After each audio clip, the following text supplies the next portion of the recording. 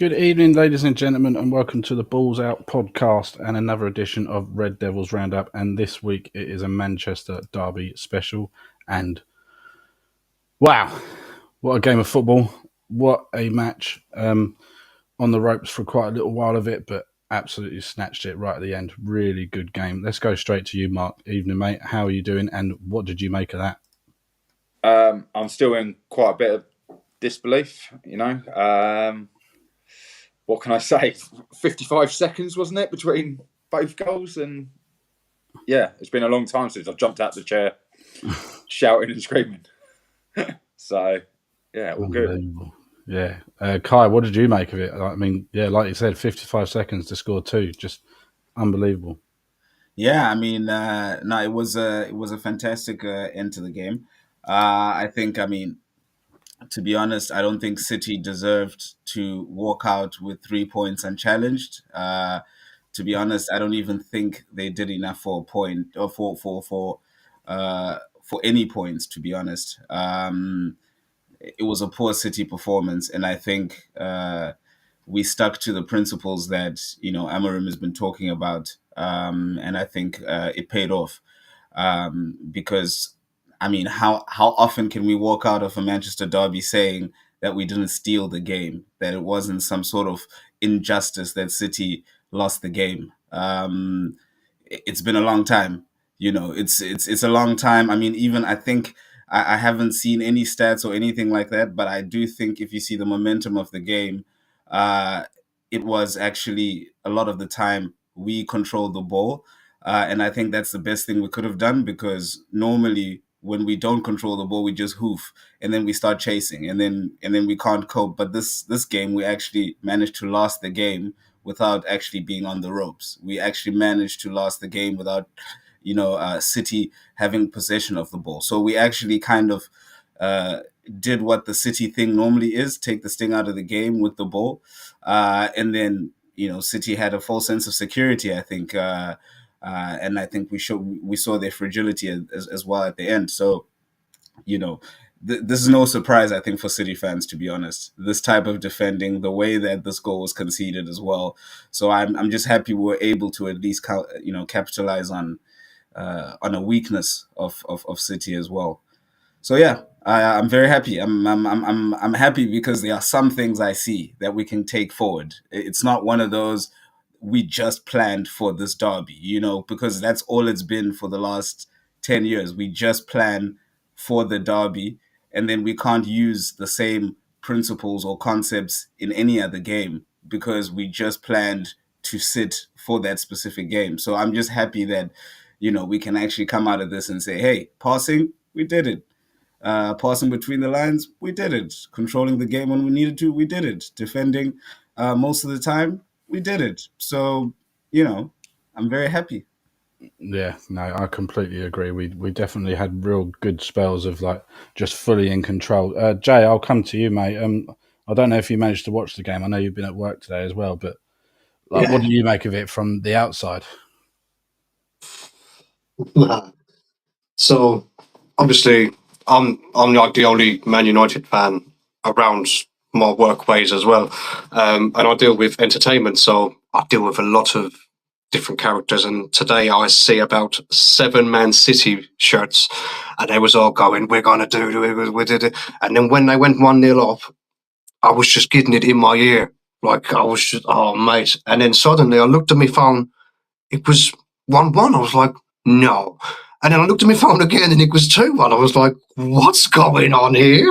Like, this is not Man United that I know. This is the old Man United. You know what I mean? Like, how times have turned. I don't know if I'm in the screen properly. Hello, sorry. So yeah, it's bizarre, very bizarre today. Kind of, I got to pinch myself in a sense as well, you know. Definitely with you on there. Yeah, just a real good, solid performance. I think we were definitely the more dominant team in the first half, that's for sure. And it just unfortunate sort of that deflection mark for their goal, the deflection from the cross that sort of fed it straight into Guardiola. It was an unfortunate one, but you know, it is what it is in that sense, isn't it? It was a deflection. Yeah, when that happened, I thought he's either hit one hell of a knuckleball because I saw the movement on it, and then I thought, oh, it's going to be one of them. It's just not going to be our season. Do you know what I mean? A little deflection still falls straight on the City head. But, it's to quote Rocky, it's not about how many times you get knocked down, it's how many you get back up. And that's what this team are doing. They're pushing forward, fighting and believing they can get a goal. I always believe Rasmus will score as long as we give him the ball. And for once, it's Ahmad, which is quite funny because we had a little chat about Ahmad on last week's show. And everyone's saying the same thing. He is giving his all. And that you can't ask for anything else. But going back to what Kai said, stats-wise, they beat us in one stat. That's all. Then the only stat was the amount of passes they made in the game because they pay a little 5-yard pass constantly. Everything else, we beat them. Touches even in the opponent's box, and that's something you don't hear United doing. Normally, that's single digits because we're shooting from outside the box. No, we're getting the ball in, we're running, we're getting penalties. And how was that not a penalty? Can we just cover that straight off? The Hoyland, I've even shown my other half, and she's like, is his leg that far across him? And it's like, yeah, it literally is knee high across him. But apparently, because of the kind of game it is, it's not a penalty because it's a Man United Man City match. Mark, you know how crazy it was? It was so crazy that the ball was completely the other side of, was it Diaz? Yeah. It was completely the other side. He stretched his entire leg over Rasmus and still didn't make contact with the ball. It was partly hooked around him. Yeah, exactly. Past his knee and his foot hooked him. But, I'm just like, yeah, we're back to United not getting VAR decisions or something dodgy like that at the Etihad. But, that we didn't put our heads down. We kept going. And if I can credit anything to Amorim, that's what he's brought in, is that fight. And it's leaving the right players out. There was, I'm sure we'll come on to it, but at the end of the game, in his interview, they've asked him why he left Rashford and Garnacho out. And I think the media are going to be all over that for probably the next couple of days because of the actual words he used. I haven't seen that. What sort of words did he use? How they're interacting with other players. So he didn't state them. He stated, because he quickly covered himself, saying Johnny Evans, who else wasn't there? Toby Collier, Rashford, Garnacho, all had to train this morning. Right. They had to be in training, and he was at training. And he was trying to blow it, calm it all down. Like you can see, they were going to jump on it. But he said they are. I'm just trying to think of the words. Yeah, I've got it here, mate. So this is what he said to Sky Sports on leaving Rashford and Garnacho out. It was nothing special. New week, new life. If they train well, they will compete for a place in the team. If they are better than the other guys in all the situations inside and outside the pitch, they are both really talented, and we need Garner and Rash a lot. It's not a disciplinary thing. It's just we need to improve our standards, and they will get used to it. Yeah, and then he added on there saying it was about the interactions with players on the outside. So it's I can only imagine, because with Garnacho, you can imagine it's the pettiness of his age. But Rashford, well, we could go the other way in saying, I use the words too big for his boots, being the club's fault for paying him that money. There's lots of things. We won't go into that, but it's very interesting. There was multiple words used, and he's got to do about 6 or 7 of those interviews, plus the press conference at the end as well, where he's probably going to be asked about those comments. So, yeah, I'm over the moon, as you can probably tell, a little bit of a buzz. But, that's 3 games in a row we've not lost to City. If you think FA Cup final, then we didn't lose in the Charity Shield, apart from penalties, so you're happy with that. And then we beat them again today. Yeah, absolutely. Yeah, it's great to have the upper hand on them at the minute. I mean, let's be fair, Jay. It was probably the best time to play Man City. Their form has been, we talked about it on the Talk of the League show in the week, their form has been atrocious. So it was probably a good time to play them. But then you could also think this would have been a good time for them to come back and maybe, cement the rest of their season. Yeah. I'll just feel sorry for who they're playing next.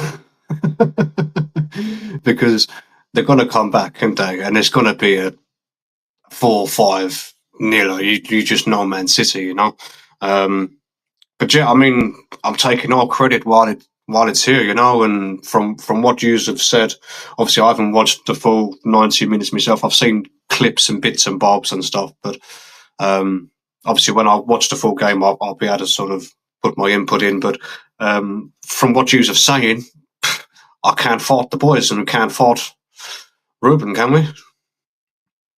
No, absolutely not. And speaking of like the players that have played today, we've mentioned him already, but Amad Diallo, just what an unbelievable player he is turning out to be.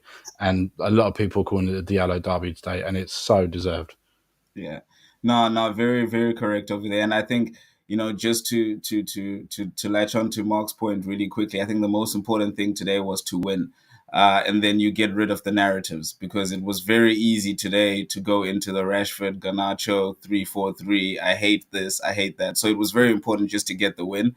And then now the questions about Rashford and Garnacho will kind of, this will die out within the next few days, because it would have been a narrative about more pace up front and all of this. So that's a very good thing.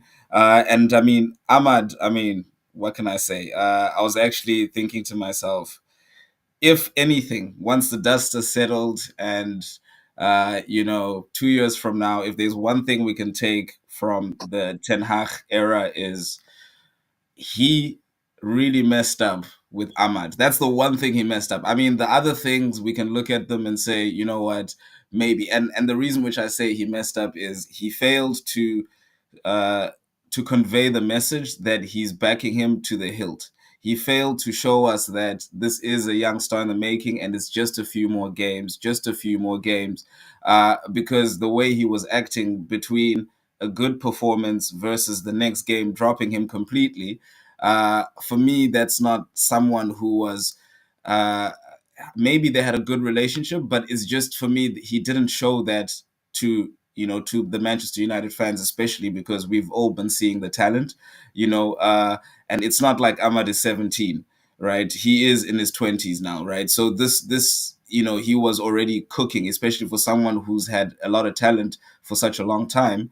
I think that's the one thing which he failed to really show the fans, if ever that was the case. And I'm happy that the first thing that Amorim has done, which I do like, the fact that he sees the game almost like us fans see it. Everything he's doing kind of makes sense, right? Rashford being dropped kind of makes sense, right? The performances have not been up to standard.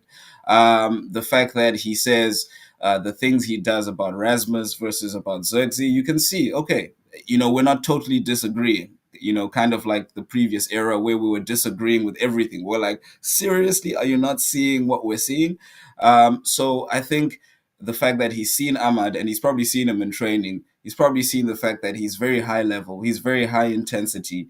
The way he presses is very smart.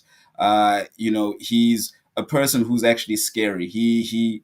I always say United lack a winger which can back the fullback into their own box, but do it all the time.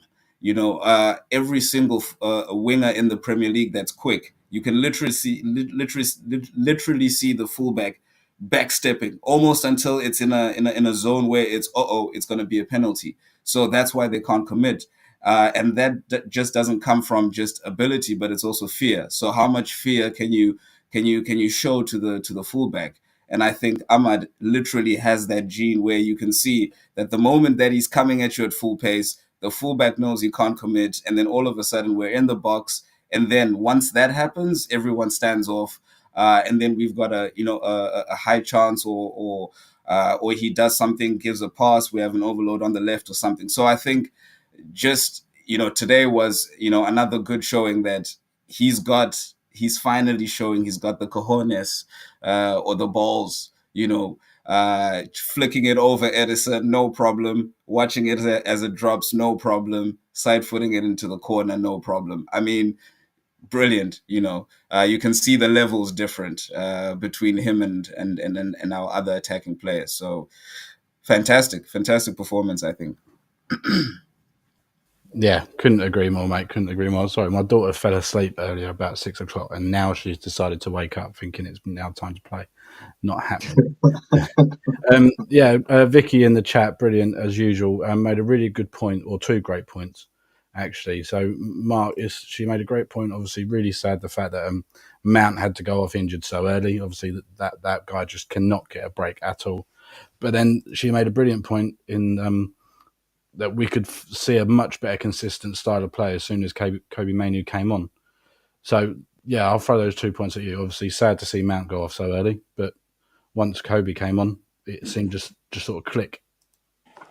Yeah, the Mount thing for me, I know he gets stick and injuries, but when you've been around football as long as I have, there's nothing worse because you can see that he's trying everything. We compare him maybe to Luke Shaw, and sometimes you think Shaw doesn't have that disappointment or come out and say something, but Mount's face and the players' faces said it all. It's like, what more can I do? What am I doing wrong? You just felt for him. And I feel he is the number 10 Amarin is looking for, that running around. So we can just hope that they sort it out. Kobe. Now, did Kobe come on and do a good job, or is having Bruno there doing a bad job? That's the question. Kobe comes in, sits in the middle, two of them, isn't looking to try and be Mr. Hollywood, Mr. Captain, Ollie, run around the pitch showing everyone what to do. So I love Kobe, and I think he is the future of some club, but I don't think he'll stay in an Amarin team. Nah, I think you're wrong But over there. No, I was going to say, Kai, you're making faces. I can see you doing. Go for it. Hear me out. It's his inability to sprint. He's not fast, and that's the only thing. And hopefully, if we can bring players in for cover for that, he shines because his skill on the ball is still what I call the Iliesta touch, which is right left or left right. Just to go round someone. All of that. He's got everything you would want. But Amarin wants runners, and that's my only fear. Maybe that will come. That's it's not that I want him out. I just feel that he will be out. But let's hear what Kai has to say. Go on, Kai, go for it. He's giving me like, look. I'm a Manu fanboy, right? So let's just start off over there. So please understand everything I'm going to say is completely rose tinted, right? So the thing for me is so Kobe's had 2 big injuries already in his career, right?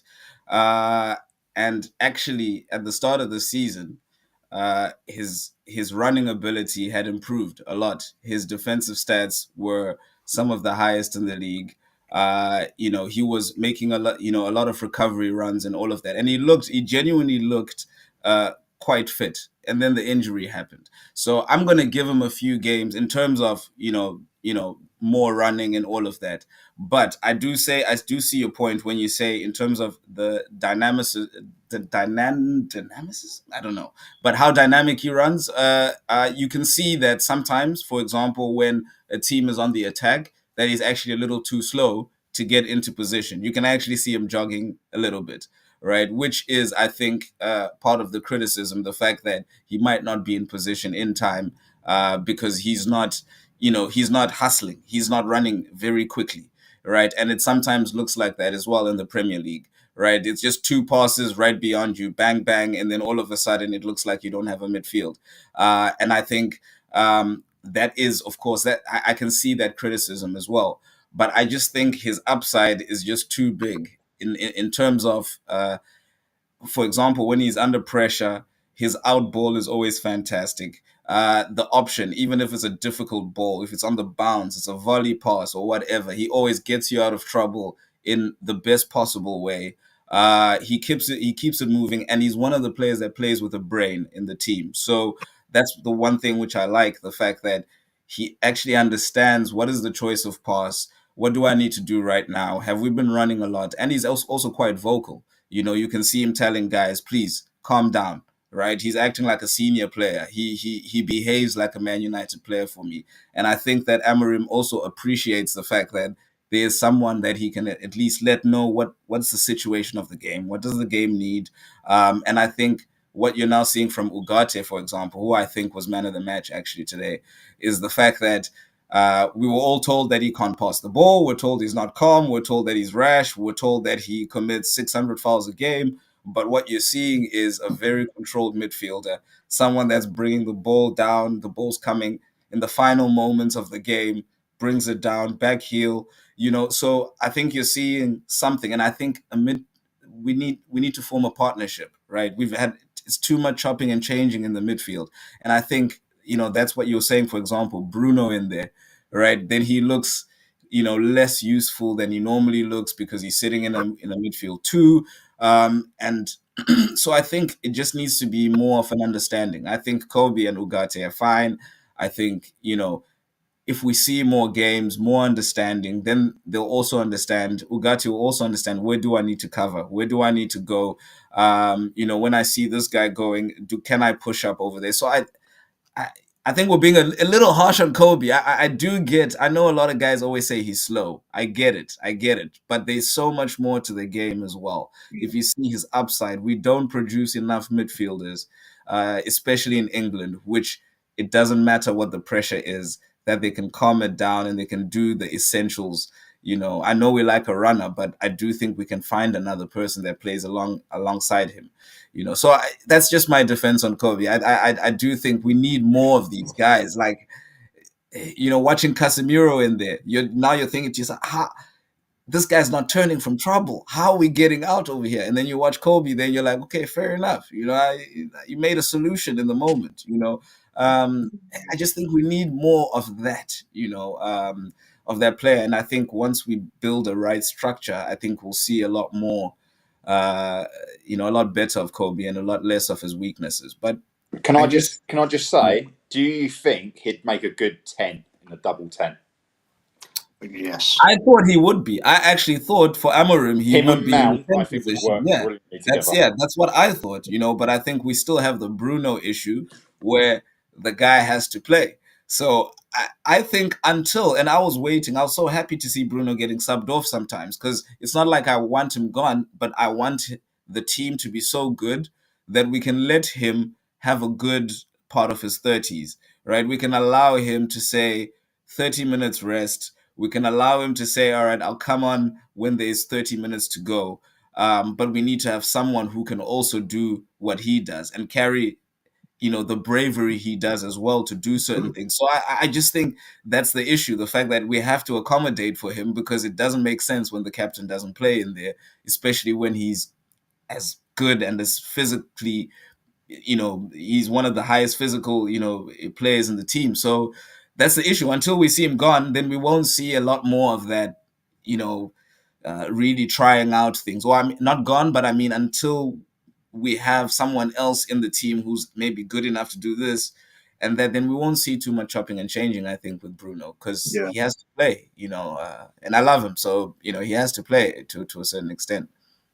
Yeah. If I can just go for it, John. quickly on Kobe, I feel like there's some players that you see that don't need that pace. They don't need that running around everywhere sort of thing. They have everything else, and they can sort of use that as a skill or as a substitute of the sprinting and the running per se sort of thing.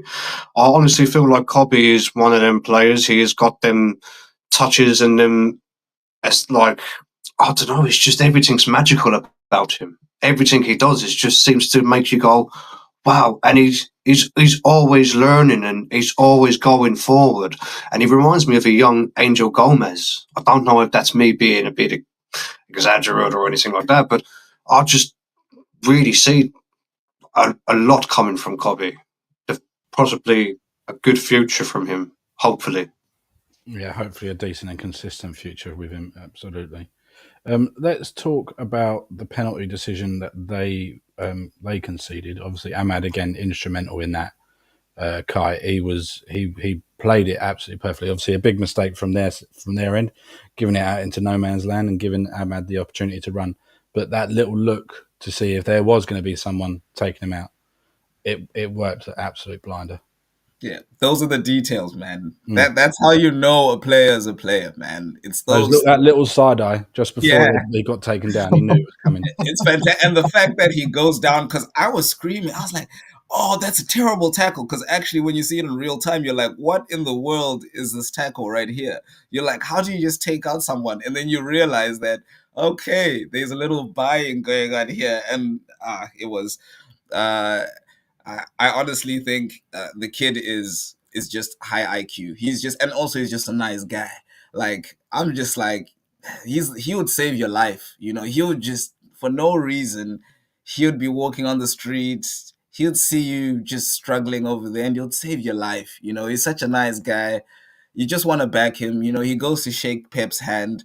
Pep is bemused. It's brilliant because he's also being genuine. He's also just saying, "Yo, listen, you know, coach, good game," you know.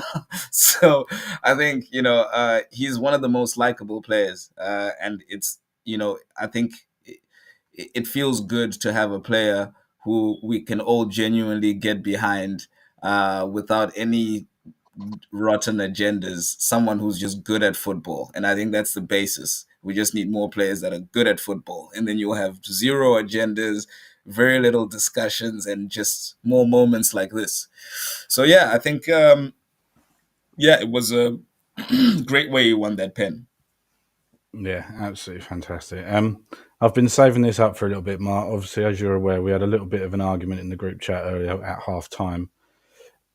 Jamie, where is he? He put this in the chat earlier on.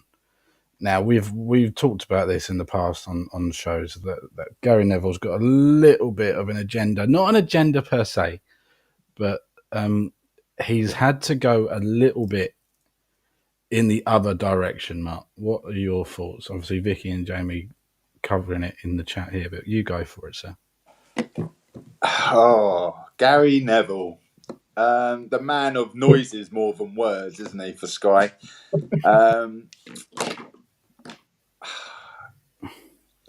I think, having been it's hard because you see Roy Keane and Gary Neville working for the same company, and you'd think they've got a toe the line of Sky Sports, you know, like what you can and can't say, the media bias and all of that.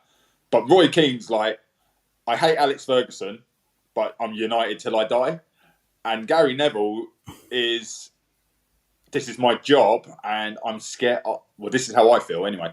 He's scared to come across bias. So he goes completely the other way with his comments and a little bit over the top. The one thing he annoys me about is his English bias.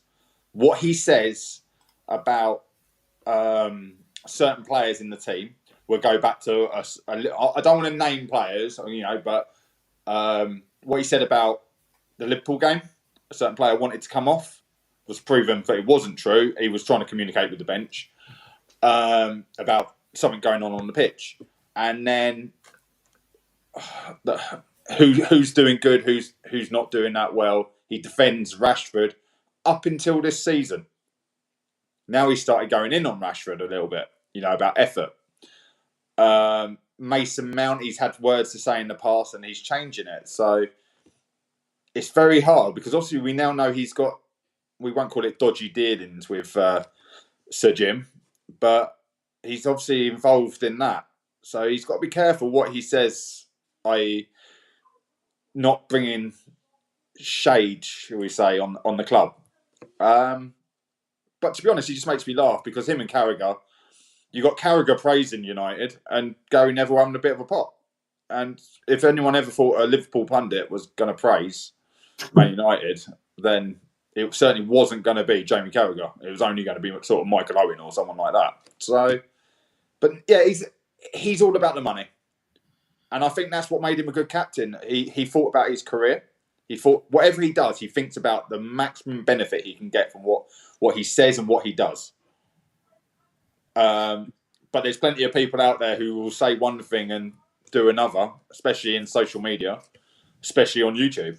So, you know, I think he's lost his way, man. I think Gary's just lost. Like when he's commentating, he's just lost his way. Like he's smarter than the things that he says sometimes. He's just like he seemed the most pained guy by by the Man United win. He was so in pain when he was saying it. Like, it's almost like he just doesn't know how to behave when he has to commentate a game which involves Man United. Uh, and Carragher does it all the time. He's normal. Like, you can hear he's happy when Liverpool are scoring. You can hear it in the tonation of his voice.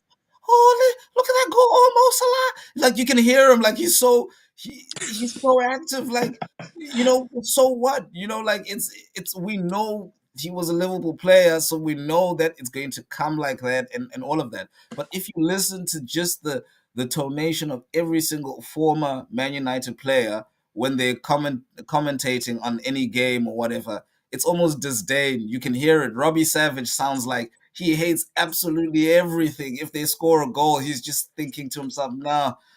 When it's a penalty, he's like, not for this game, it's not a penalty. Like, so for me, it's just a weird thing with these United legends. Like, we get it, things aren't that great sometimes, but sometimes they just need to just be happy, man. Like, how's a former Man United player not happy that City got beat in the last moments like that? I expected. In fact, if people accused him of lack of professionalism because he was throwing his toys out like he was celebrating and he was making I'd be like, fair enough. And I don't think anyone would say anything against it, But this looks weird. This type of behavior just actually seems a little weird to me, bro. But anyways, Does anyone think it's fear because he knows the hype will come because we've beaten City and we'll go lose the next 2 games on the bounce? I mean, in fairness, his reaction to the last minute goal was pretty special. It was a classic Neville reaction. But what have you done, or something like that, wasn't it? yeah, Like, it was special. But I get what Vicky's saying and what Jamie's saying, that he has sold his soul to the devil when it comes to his relationship with Sky. But when it comes to you, like what Jamie said earlier about and what Kai mentioned, you don't get it with Gallagher, you don't get it with Michael Richards. That they will praise and they will back their team even in the worst moments, and they get Carragher on Liverpool games for that, and I think that's what they put Neville on United games, to get that little bias thing, because people love it and people clicking onto it for like views and like reactions. Like, even if it's a soft penalty, as a United fan, you're going to go, "That's a clear penalty." Like, little things like that. That's what makes clicks. That's what makes headlines. Yeah. And I think Neville's sort of gone too far in the other way. I don't know what you think, Jay, on it. See, when he first started commentating, I don't think he's any different. Like, he's got a bit more confident, but I don't think he's any different. It's just very one tone. No matter what happens, this is what's going to happen. It is very just one tone, Gary Neville. But it's not really exciting. Like, if you watch, like, especially from a United legend, you would think, come on, man, like, lift it up a little bit, like or do something, like, to sort of. But he just seems very boring as well. I think Gary Neville, he knows the right words to say to kick people off, and I think that's what he does. He's very smart.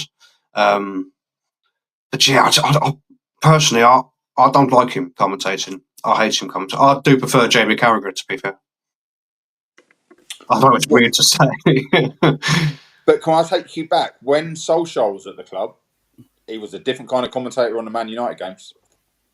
Yeah, that's because it's his name.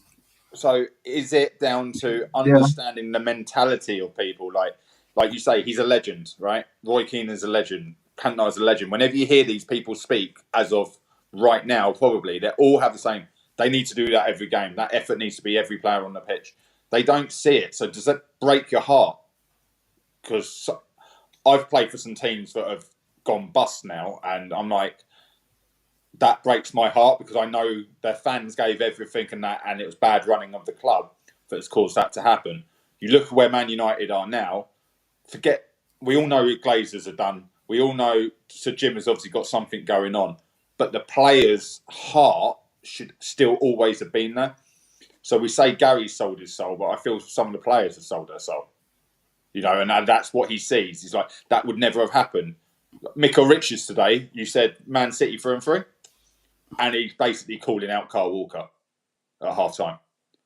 because that's when it comes to the be all and end all.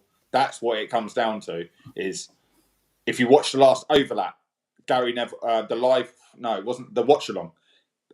Roy Keane calls out, says something, and so does Gary Neville, and I think they forgot they were live. There was no editing. So it's there, but when you're doing your job, it's game face on. And as you said it, Jay, only use certain words, only use certain expressions. But when something happens, all of those sort of noises, that's the real Gary Neville. Yeah. I don't think it would hurt to put that out like all the time. Like just let your hair down. Just all this bullshit. It'd be more entertaining, wouldn't it? Yeah, it would upset a lot of rival fans as well, which is what we all want.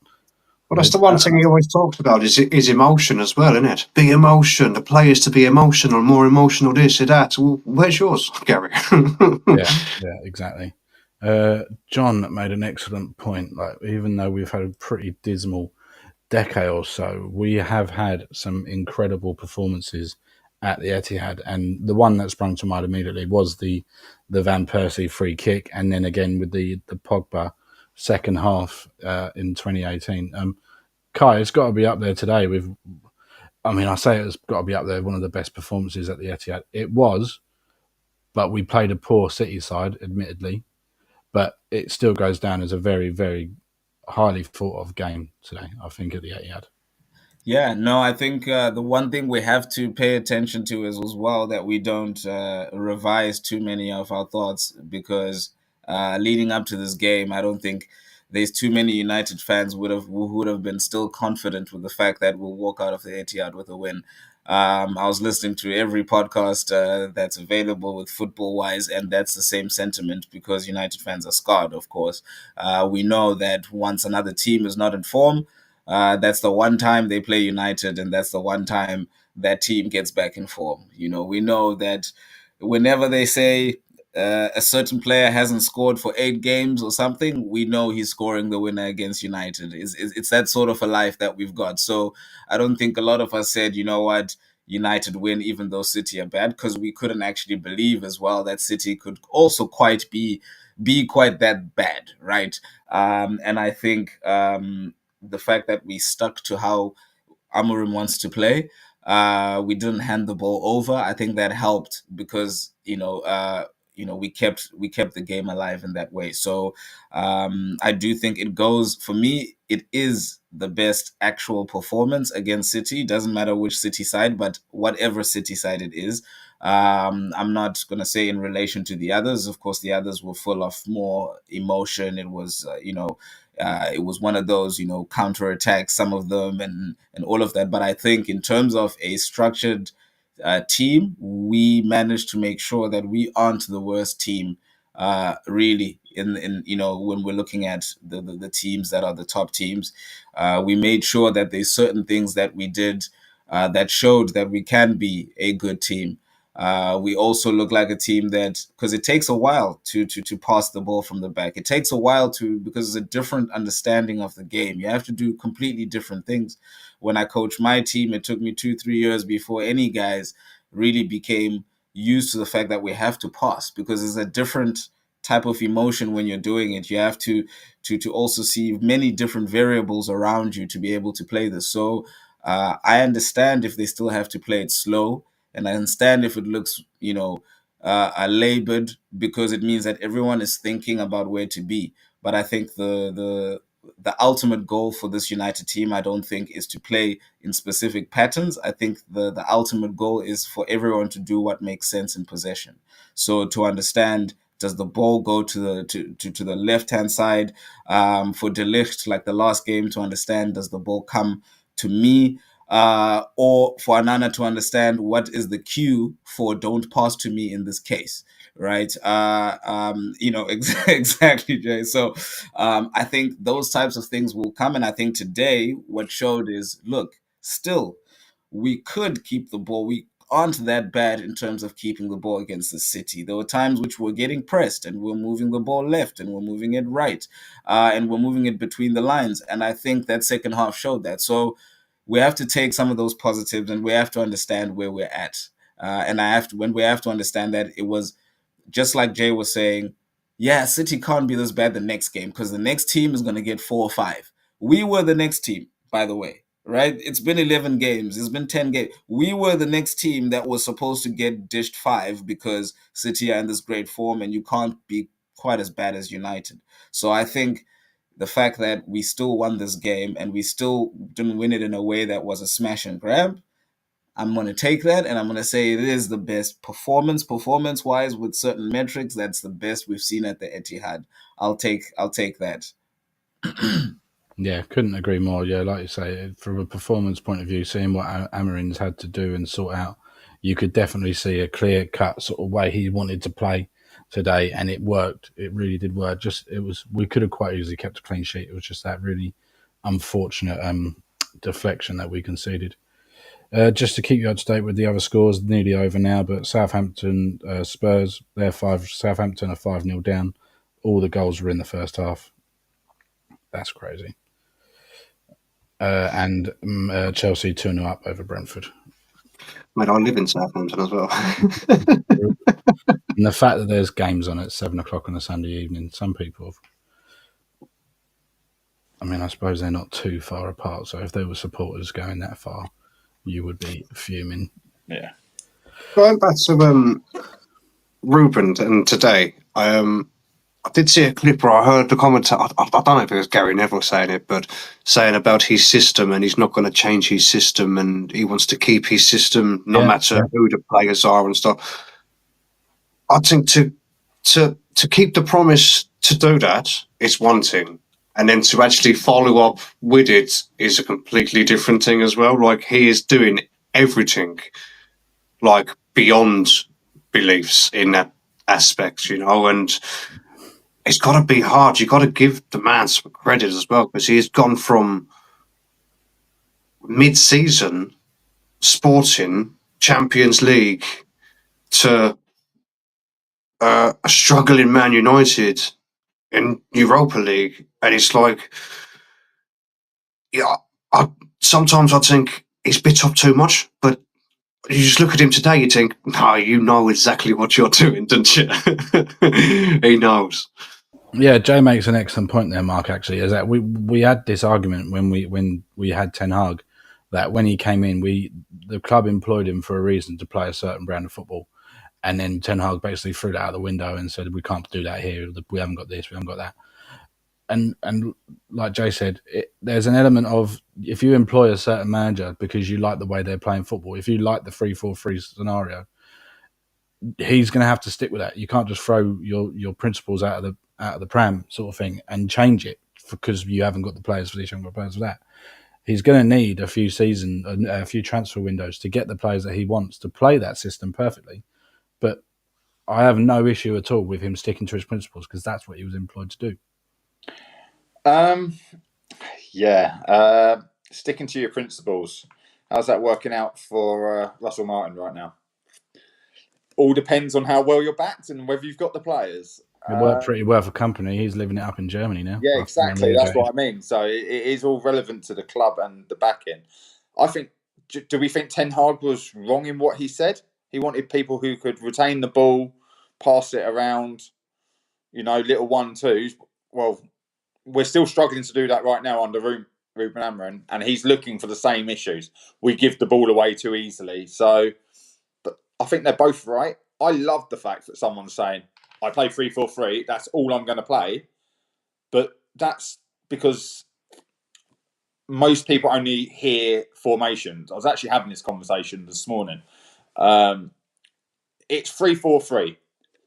But it depends what's happening on the pitch because it's 5-2-2-1. It's multiple formations at once. It's how you come back in. It's who you're playing against. Did you press on their 18-yard box or have you just pressed them on the halfway line? It's all about where you are. So most 4-3-3s in defence are 4-4-2s. It's or even a 4-5-1. And that's what it seems to be teaching. What it is we only get to see training from the Europa coverage and things like that when they show it. But he's obviously changed something in the under 18s and 21s because they're lining up slightly different as well. So when they're coming back in straight lines.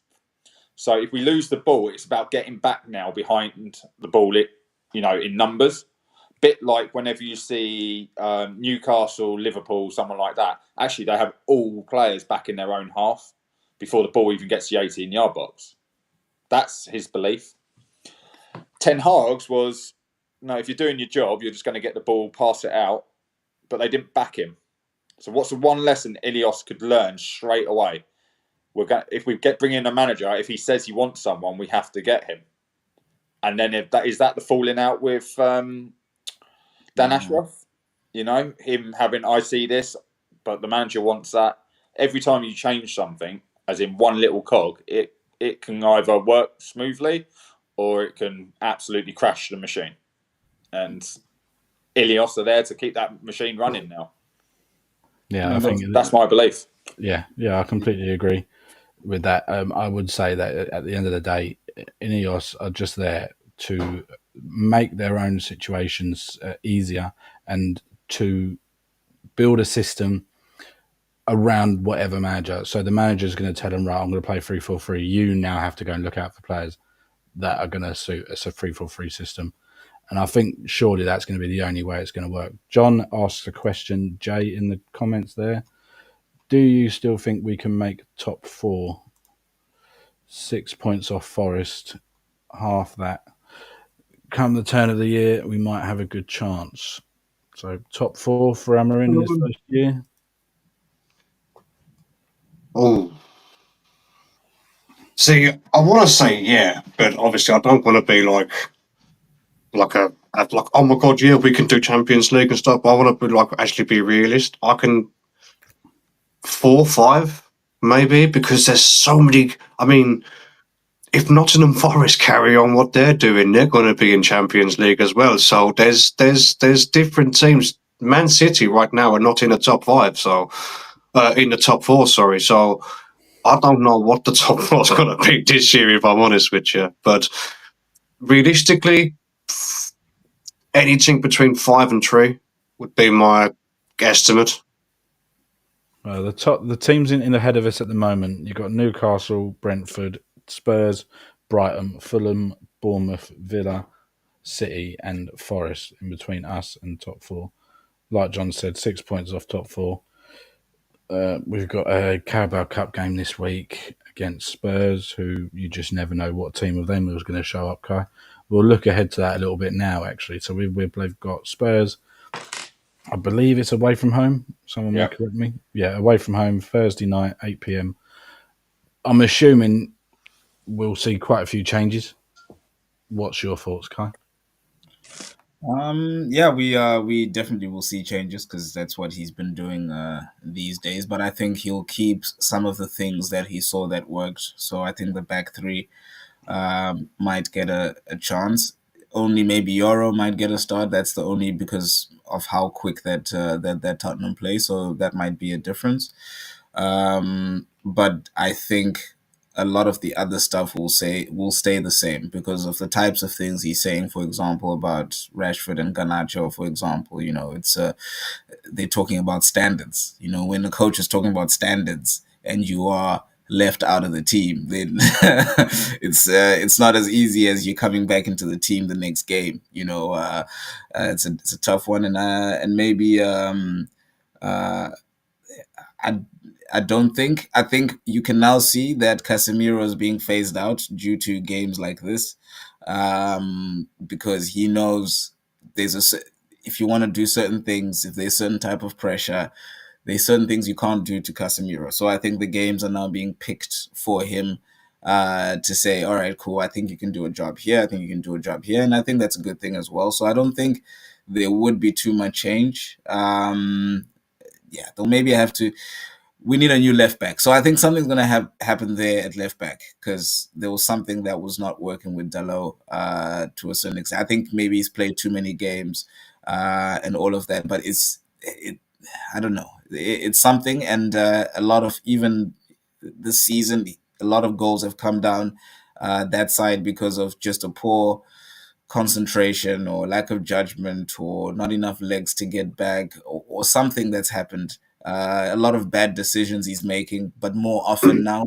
So it's becoming it's something that he took out of his game, and now it's coming a little too often, which tells me someone is a bit tired, maybe, and maybe mentally tired and physically tired or something like that. So he might have to make a solution at left back, probably.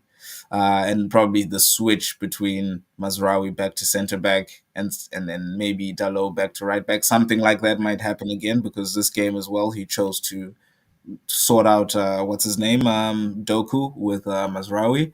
That probably was the reasoning behind that. So, but he's normally wanted Mazraoui in the right centre back spot. So we'll see how that goes. But yeah, I don't think he'll do too much. But I think he'll make some changes.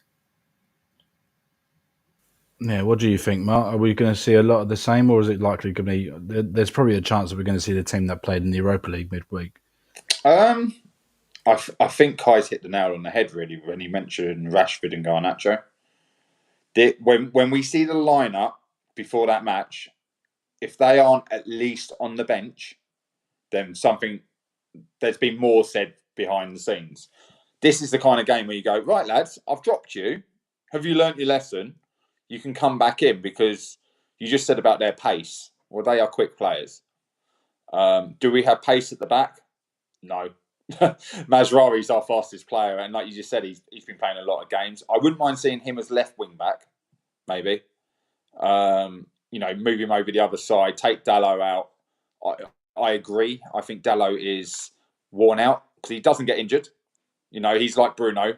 I don't know what they do in Portugal, but they've certainly got the magic water over there or something. But he plays every game. But recently, he's not switched on. He's forgotten how to head the ball. He's making mistake after mistake. Actually, if you look at a lot of the goals, it's him with his hands in the air going, "Sorry, lads. Sorry, my mistake again." But Casemiro in. Mainu, I think, probably would have meant to start Thursday night. I think, they changed all it. Xerxes up front. Because Rashford and Xerxes work well together. So whatever has clicked between those two. So, I think he'll just keep rotating. But it also shows what he's focusing on. Do we any one of the four of us fancy winning the Carabao Cup? Because when we win it, it's like, it's a trophy. And then when we go about Ten Hag, he's won 2 trophies. Yeah, but it was the Carabao Cup. Well, which one is it? Yeah, it's either we go to Wembley, we win a cup, well done, or it's we won a Champions League, so no one cares. But to focus on the league, you need to be out of the cups. To focus on Europa League, you need less games. But it just depends, though, of the moment, right? That's the problem with the cups when they come around. Like Ten Hag couldn't take a breather. Like literally every game counted, so he had to take every single game seriously. It didn't matter. So I think that's the thing now. Do we want to have a downward in momentum, right? And as you know what happens at United when you lose a game, it doesn't really matter what competition it is. Then everybody's the worst player in the world again.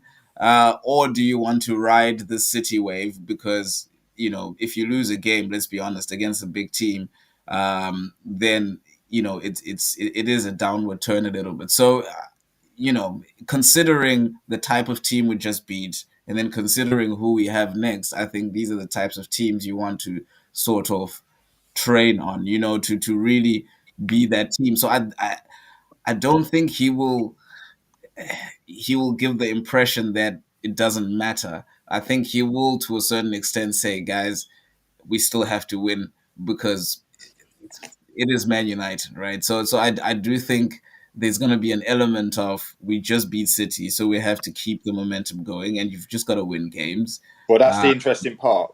The games we have, you say, like, we've got Spurs Thursday night.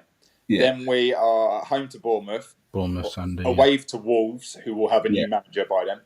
Newcastle, Liverpool, Arsenal, and then we hit Southampton mid-January. In there is obviously one of them's the FA Cup match against Arsenal, so God knows how that's going to go. But there will be the next round of the Carabao Cup game, which hasn't been drawn yet, thrown in there. So if we don't having an extra game between potentially the Liverpool, Arsenal, and Southampton game. So I mean, the Arsenal game is fine. Like it's like that's the one which, if there was any game which you could say, you know what, fair enough if we lose, it's probably that one. Well, just don't give him a corner and we'll be all right. I mean, in terms of just momentum of winning, because that's the thing, right? Back to back to back to back is something that we struggle to do very often. And to some extent, there has to be, because there's not that much training. So Amarim has to see some sort of things, I think that's the standards he was talking about. So to a certain extent, he wants to see a level of standard for everyone that plays. And I think it's a good thing. Everyone should play. You stick to a principle, and then everyone has to sort of learn how to understand the game. Mark explained it brilliantly. 4-3-3 becomes a 4-4-2 defensively. It's great because it means everyone just understands what to do. And we had too many people who were frazzled. Ten Hag was too much like, do this, but then don't do this. And it's like, and all of a sudden, Ugarte doesn't have to cover yards of space. Now, all of a sudden, he seems like he's tight and he's nice and tidy in the middle. It's nice and closed.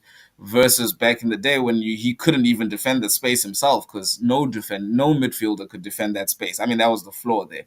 But I mean, I think he wants to see. I would like if I was a coach of United, I would specifically when I've just beat City, I would say, let's see how we can go back to back to back to back to a certain extent, to build that confidence, But yeah, I don't know.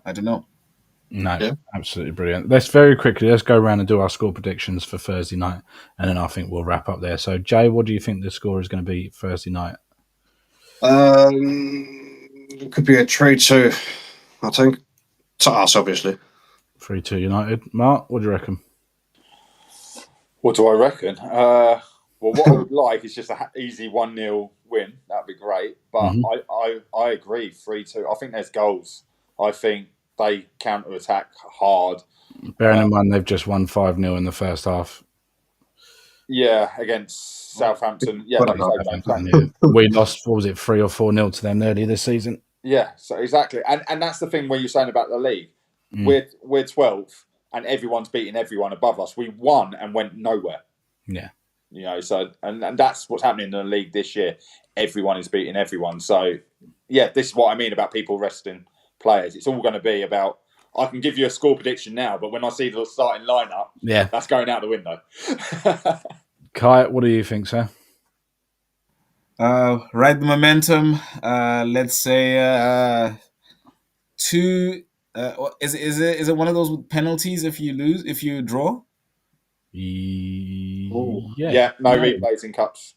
All right, so I'm going with 3-3, and we win on pens. Onana saves 2 pens. Let's go. Ooh, nice. Well, as long as they don't hit them straight at him.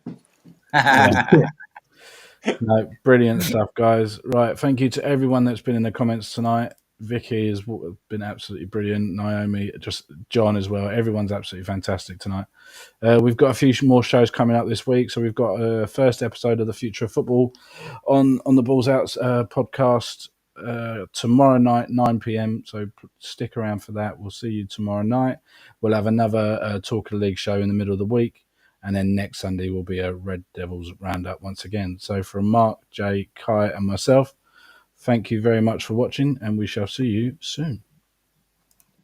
Thank you.